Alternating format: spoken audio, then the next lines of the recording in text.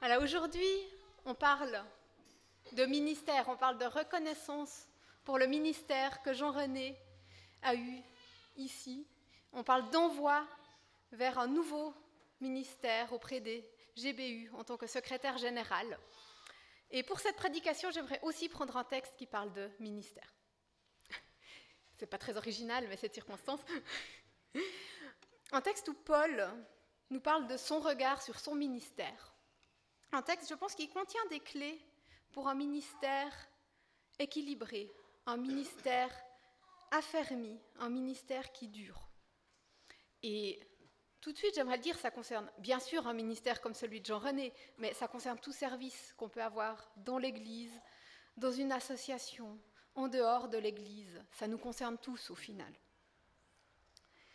C'est un texte qui se trouve dans la première épître aux Corinthiens, où Paul, à ce moment-là, est dans une situation en fait assez tendue avec les Corinthiens. Ce n'est pas du tout notre cas aujourd'hui, on est de la reconnaissance, on est de la joie, et je ne cherche pas à faire un parallèle avec le contexte, si jamais. Mais je pense que les principes qu'il dit, ils sont vrais autant dans une situation difficile que dans une situation de reconnaissance, parce que notre regard sur notre ministère, sur tout service auprès de Dieu, devrait être le même en tout temps. Et je vous invite à lire dans la première épître aux Corinthiens, au chapitre 4, les versets 1 à 5. Vous avez aussi le texte sur le memento, si jamais. Donc c'est Paul qui écrit et il dit « Considérez-nous donc comme des serviteurs du Christ, ayant la responsabilité d'annoncer les projets de salut de Dieu. Tout ce que l'on demande à un gérant, c'est d'être fidèle. Pour ma part, peu m'importe que je sois jugé par vous ou par un tribunal humain. Je ne me juge pas non plus moi-même. Ma conscience, il est vrai, ne me reproche rien, mais j'en suis pas pour autant reconnu juste. Le Seigneur est celui qui me juge. Ne portez donc pas de jugement sur personne avant le moment fixé. Attendez que le Seigneur vienne. Il mettra en lumière ce qui est caché dans l'obscurité et révélera les intentions secrètes du cœur des êtres humains. Alors, chacun recevra de Dieu la louange qui lui revient. Considérez-nous donc comme des serviteurs du Christ, ayant la responsabilité d'annoncer les projets de salut de Dieu. Jean-René va changer de lieu de service, mais pas de maître. Il a été au service du Christ dans l'église évangélique de Colonie. Il va rester au service du Christ auprès des GBU. La mission fondamentale, elle n'a pas changé. C'est les mêmes projets de salut de Dieu que nous continuons à annoncer ici comme ailleurs. Et ce projet, c'est toujours le même. Et je sais que c'est quelque chose que Jean-René a à cœur, que tous puissent connaître Dieu, que tous puissent rencontrer Jésus-Christ, qu'ils puissent voir leur vie transformée par lui. C'est ce qu'il prêche, c'est ce qu'il écrit, c'est ce qu'il partage dans ses rencontres un à un. C'est ce qu'on prie tous les jours pour nos amis aussi.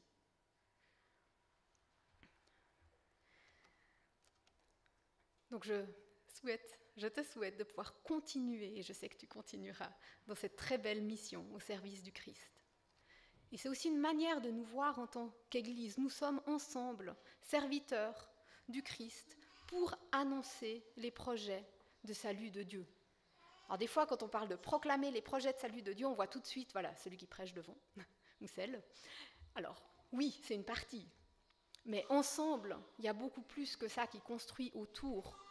Toutes les rencontres avec nos amis, avec nos voisins, dans nos familles, tous les entretiens qu'on peut avoir un à un, tout ce qui se passe autour aussi, simplement pour que ça fonctionne bien. Si personne gérait la sono, vous ne m'entendriez même pas. Et voilà, c'est vraiment dans cette perspective que j'aimerais nous encourager à voir notre service, à voir notre Église, à voir les GBU aussi. Notre Église, toute Église, d'ailleurs, c'est une communauté où on est ensemble au service du Christ. Ce n'est pas un club où quelques gentils animateurs font en sorte que les autres passent un bon temps. Même si on espère bien que ce qu'on vit ensemble nous nourrit, nous enrichit, nous aide à aller de l'avant, mais toujours dans cette perspective de connaître davantage Jésus-Christ et de le faire connaître. Et Voilà, on a entendu un petit peu dans les témoignages aussi ce côté du relationnel, ce côté du un à un, ce côté de ce qu'on peut apporter dans la vie les uns des autres. Parce que dans le ministère, il y a toute la partie qu'on voit, il y a toute la partie qu'on ne voit pas, ou que juste une personne, et Dieu bien sûr, ont vu. Et pourtant, elle est tellement importante, elle fait une grande, grande différence. Parce que cette proclamation des projets de salut de Dieu, il se passe dans le concret de nos vies à chacun. Dieu, il s'intéresse à ta vie. Et dans cette optique-là, qu'on veut aussi s'intéresser les uns aux autres. Il y a toujours un passage de l'Évangile selon Matthieu qui, me marque beaucoup par l'intensité finalement de ce que Jésus dit. Au chapitre 25, il raconte une histoire et il dit à un moment donné à des gens, j'ai eu faim et vous m'avez donné à manger. J'ai eu soif et vous m'avez donné à boire. J'étais étranger et vous m'avez accueilli. J'étais nu et vous m'avez habillé. J'étais malade et vous m'avez visité. J'étais en prison et vous êtes venus me voir. Et ces gens, ils regardent Jésus et disent, mais on t'a jamais vu malade, on t'a jamais vu en prison, on t'a jamais vu avoir faim, de quoi tu parles? Puis Jésus leur répondra, je vous le déclare, c'est la vérité. Chaque fois que vous l'avez fait à l'un de ces plus petits d'entre les miens, c'est à moi que vous l'avez fait. Je ne sais pas si vous vous rendez compte, je ne sais pas si tu te rends compte que, dans un sens, quand tu es allé voir quelqu'un qui était malade, quelqu'un qui était en souffrance, quand on a pourvu aux besoins matériels de base de quelqu'un, c'est comme si tu l'avais fait à Jésus. Je ne sais pas si vous vous rendez compte que Jésus s'identifie tellement à votre vie, à votre situation, il se sent tellement proche de vous qu'il peut dire « j'avais faim ». J'étais étranger, j'étais en prison, j'étais malade.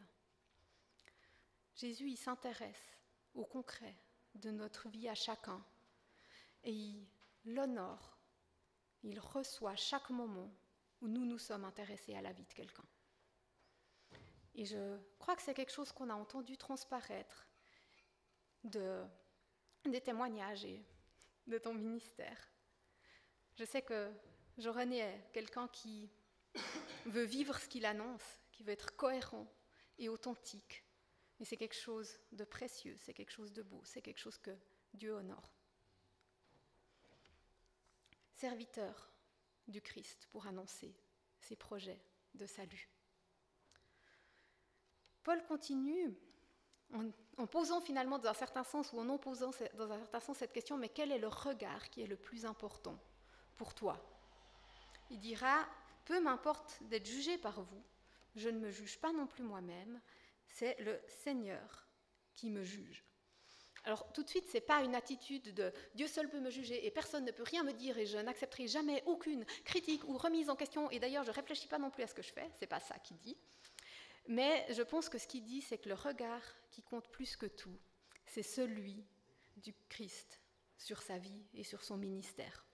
D'ailleurs, si vous avez envie d'aller plus loin sur ce sujet, Jean-René a écrit un très bon chapitre dans un livre intitulé « Parlons mieux », justement qui s'intitule « Dieu seul peut me juger » et qui fait une bonne analyse de ça qu'on ne va pas faire maintenant.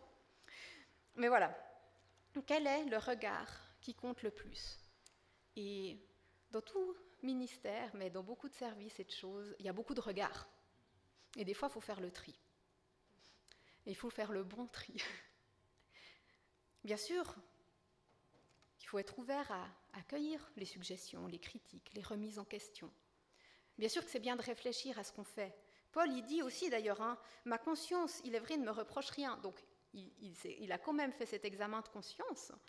Mais il dit, c'est pas pour autant ça qui me rend juste. C'est pas, ma conscience pourrait se tromper. Ce qui compte vraiment, c'est le regard de Dieu. Et je pense qu'on fait fausse route, tôt ou tard, si on se laisse contrôler par le regard des autres ou par notre propre regard. C'est quelque chose qui ne tiendra pas dans les situations difficiles. C'est quelque chose qui risque de nous remplir d'orgueil si les choses vont bien.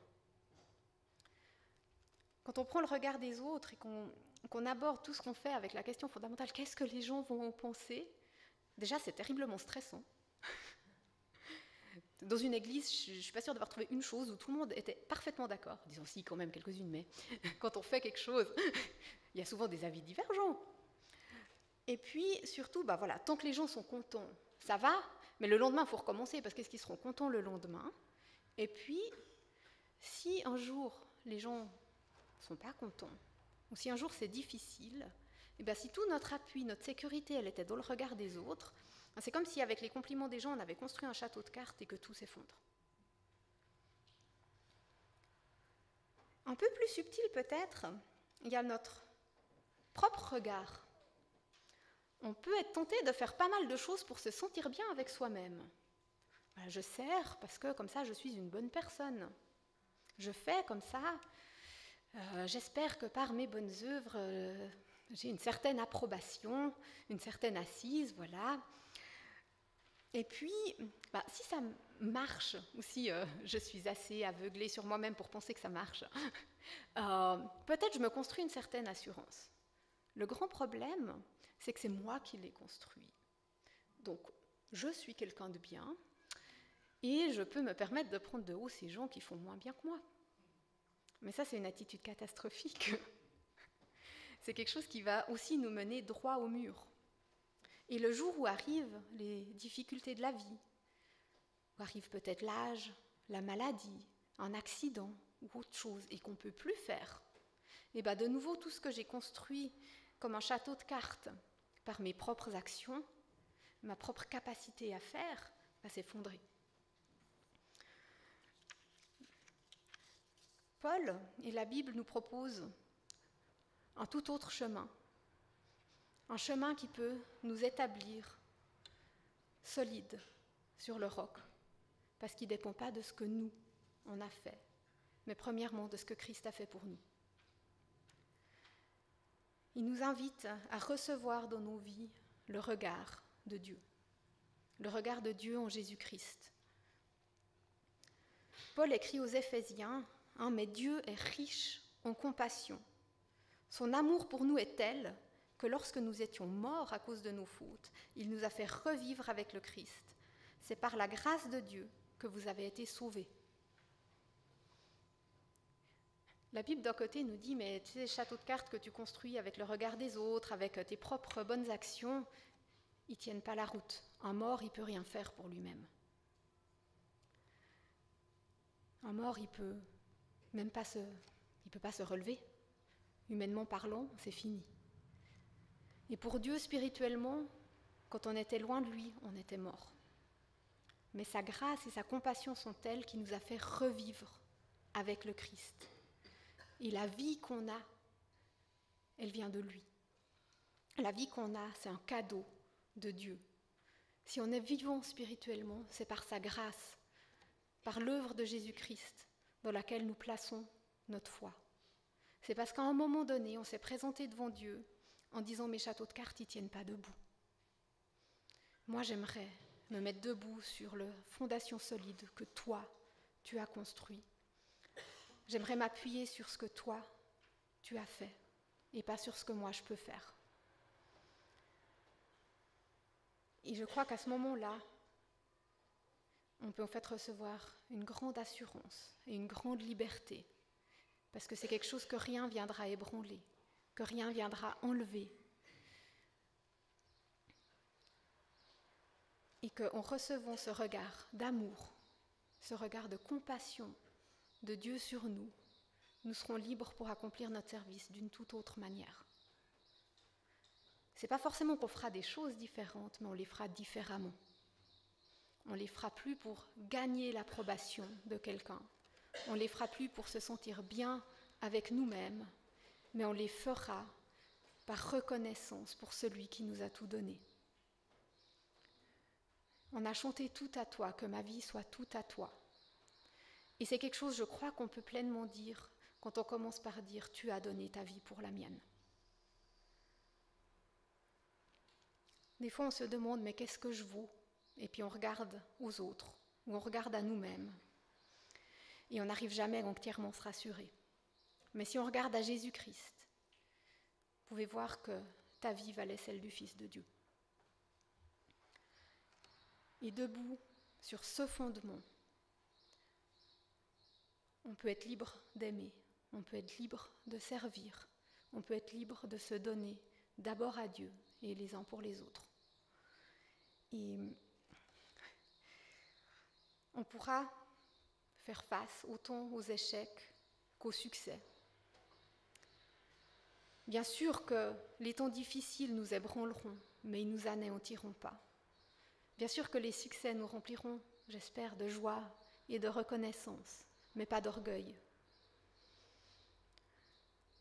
Ça permettra d'être le même en tout temps, de servir Dieu dans une attitude qui est juste et qui l'honore.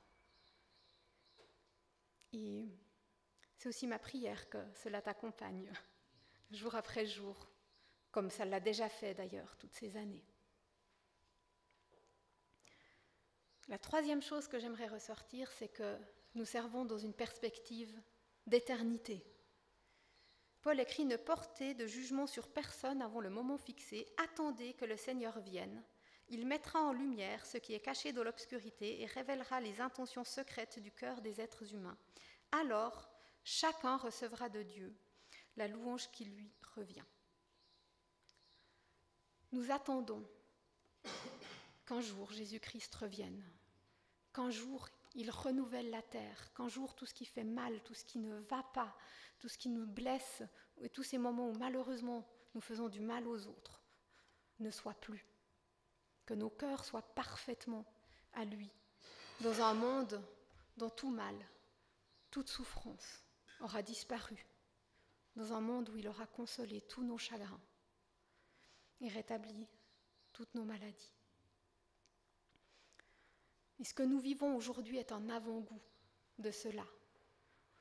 En proclamant les plans de salut de Dieu, nous cherchons à ce que le plus grand nombre participe à ce monde à venir, en témoignant de l'amour, en prenant soin, en priant les uns pour les autres, en nous intéressant les uns aux autres, en apportant consolation et réconfort. Nous manifestons un avant-goût de ce que sera ce moment où Jésus revient.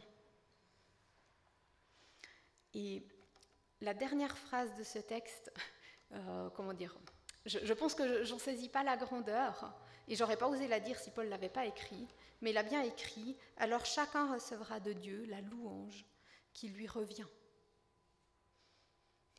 Si nos bonnes œuvres ne nous gagnent pas l'acceptation et l'approbation et l'amour de Dieu, elles le réjouissent. Il est heureux de nous voir le servir. Il est heureux de te voir à l'église évangélique de Colonie. Il est heureux de te voir aller vers les GBU. Et incroyable, mais vrai, il prendra le temps de nous le dire. Il prendra le temps de dire « Bien, fidèle serviteur, entre dans la joie de ton maître ». Et je pense que ça peut nous accompagner en tout temps, dans tous les services que nous accomplissons, dans la joie et la reconnaissance pour ce que Dieu a fait. Il les a tous vus, même ceux que personne n'a vus d'ailleurs. Et lui, il n'en a oublié aucun. Il en est réjoui. Est-ce que vous avez conscience de ça? Dieu est heureux de vous voir à son service. Un peu comme en tant que maman, je suis heureuse de voir mes enfants qui font des choses, développent leurs dons, avancent, grandissent. Dieu, il se réjouit de tout ça, dans chacune de nos vies. Et il nous invite à être ceux aussi qui encouragent les autres à grandir dans ces domaines.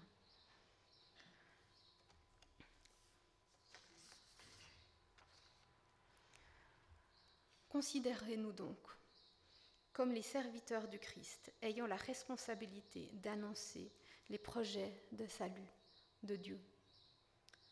Tout ce que l'on demande à un gérant, c'est d'être fidèle. Et je crois que ce désir de fidélité au service de Dieu, c'est quelque chose que j'ai vu très fort chez Jean-René.